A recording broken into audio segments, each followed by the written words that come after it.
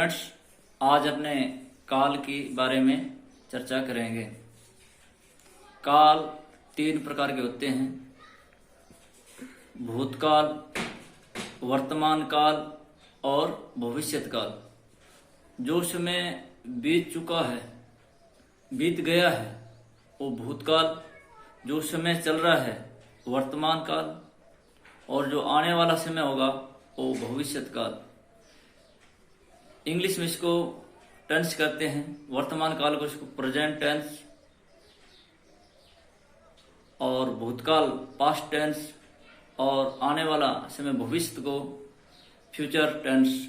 इसी प्रकार से इसको संस्कृत में भी वर्तमान को लट लकार, जो बीत चुका है भूतकाल उसको लंग लकार, और जो आने वाला समय है भविष्यत काल को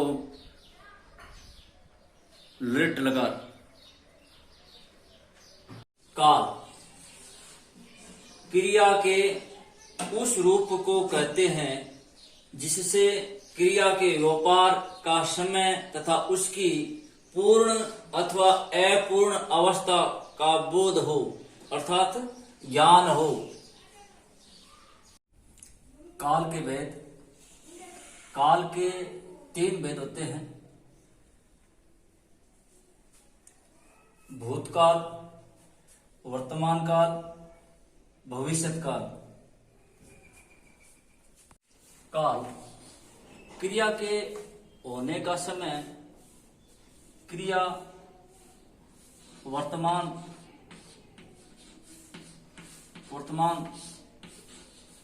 काल में हुई या भूतकाल में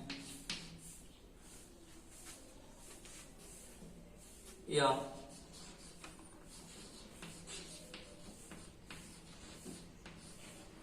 भविष्यत काल में। वर्तमान काल, जैसे मैं रामायण पढ़ रहा हूं, मैंने रामायण पढ़ी या मैं रामायण पढ़ूंगा, तो ये क्रिया कौन से समय में कर रहे हैं? क्रिया वर्तमान काल में कर रहे हैं, या भूतकाल में की थी, या क्रिया भविष्य में करेंगे? क्रिया के होने का समय बताना काल कहलाता है। अब अपने भूतकाल के बारे में जानेंगे। भूतकाल क्या है? क्रिया के जिस रूप से उसके व्यापार का समाप्त होना जाना जाए, उसे भूतकाल की क्रिया कहते हैं। जैसे गोपाल जयपुर से कल आ गया, यहां आ गया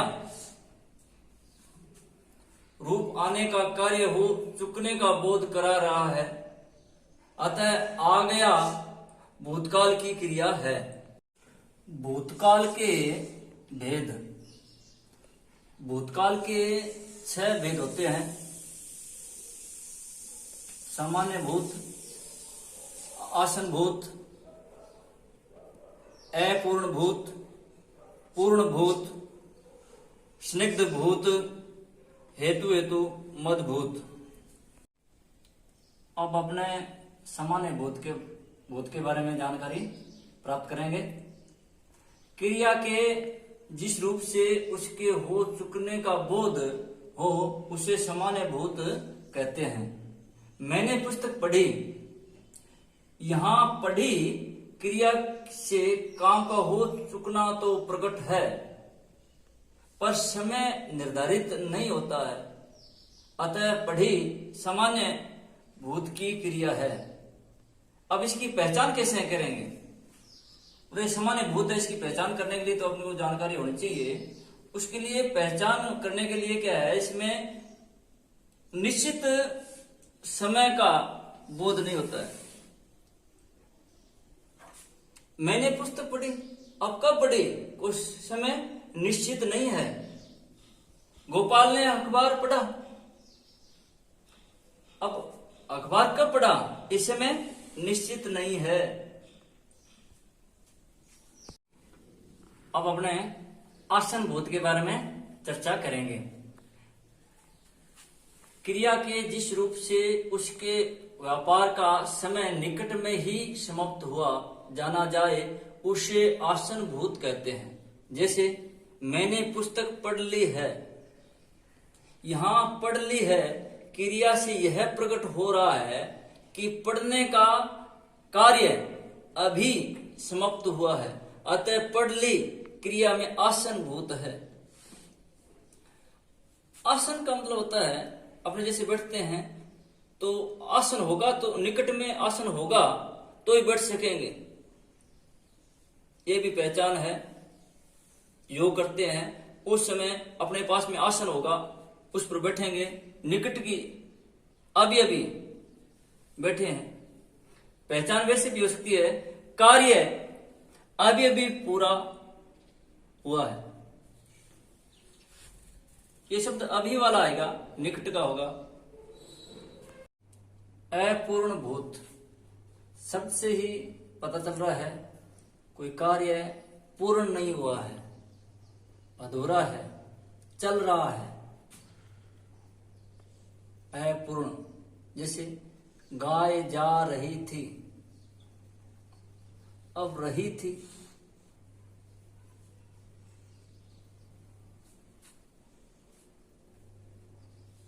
जा रही थी, ये अपूर्ण कार्य है, चल रहा है, कार्य पूरा नहीं हो रहा है।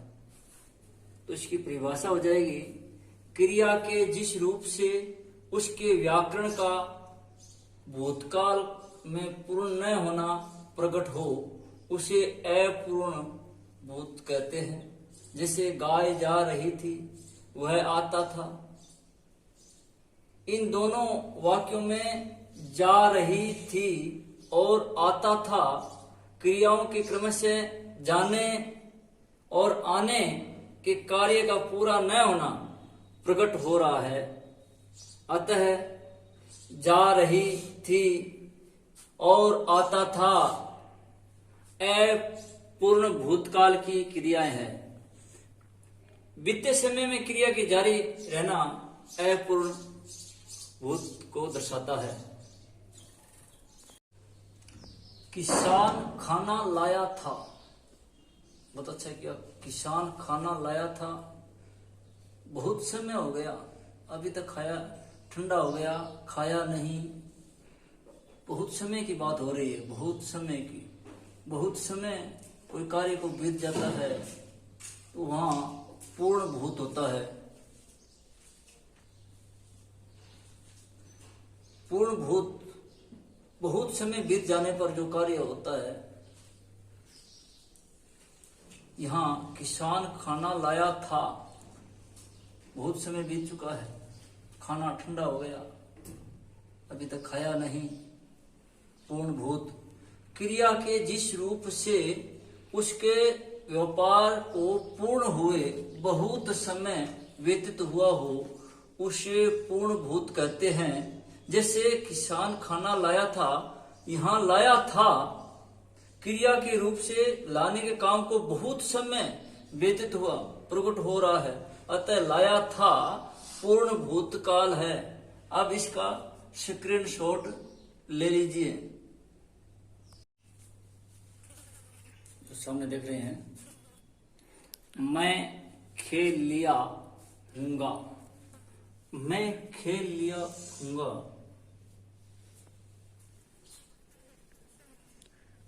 कार्य की पूर्णता में संदेह प्रकट हो रहा है। जब संदेह प्रकट होता है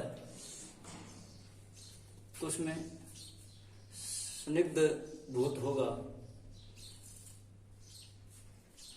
परिभाषा क्रिया के जिस रूप से भूतकाल में उसके व्यापार के पूर्ण होने में संदेह जाना जाए उसे संदिग्ध भूत कहते हैं। जैसे मैं खेल लिया हूंगा, यहाँ खेल लिया हूंगा भूतकालिक क्रिया के रूप से खेल लेने के कार्य की पूर्णता में संदेह प्रकट हो रहा है, अतः खेल लिया हूंगा स्निग्ध भूत है। ध्यान में रहे, स्निग्ध भूतकाल संशय क्रिया के जिस रूप में कार्य के बीतते हुए समय में होने पर संशय हो। सामान्य भूतकाल की क्रिया के साथ यदि होगा, होगी, होंगे पद सहायक क्रिया के रूप में हो, जैसे श्याम ने अखबार पढ़ा होगा, रमेश दिल्ली गया होगा। यदि आप आते तो मैं आपके साथ अवश्य चलता।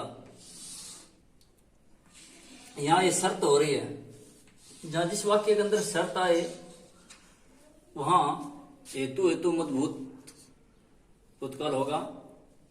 यदि आप आते तो मैं आपके साथ अवश्य चलता। यहां चलता क्रिया के रूप में यह जाना जाता है कि मेरे चलने से कार्य पूर्ण हो जाता, पर आपके न आने से कारण पूर्ण नहीं हुआ, अतः चलता क्रिया हेतु मदभूत काल ही होगी। इसी परिभाषा होगी, क्रिया के जिस रूप से यह जाना जाए कि क्रिया का व्यापार तो भूतकाल में पूर्ण हो जाता, पर किसी के कारण से न हो सका, उसे हेतु मदभूत कहते हैं। जैसे यदि आप आते तो मैं आपके साथ अवश्य चलता। इस वाक्य के अंदर शर्त वाली पहचान होगी। जिस वाक्य के अंदर शर्त दे रखी है वहां हेतु मदभूत होगा।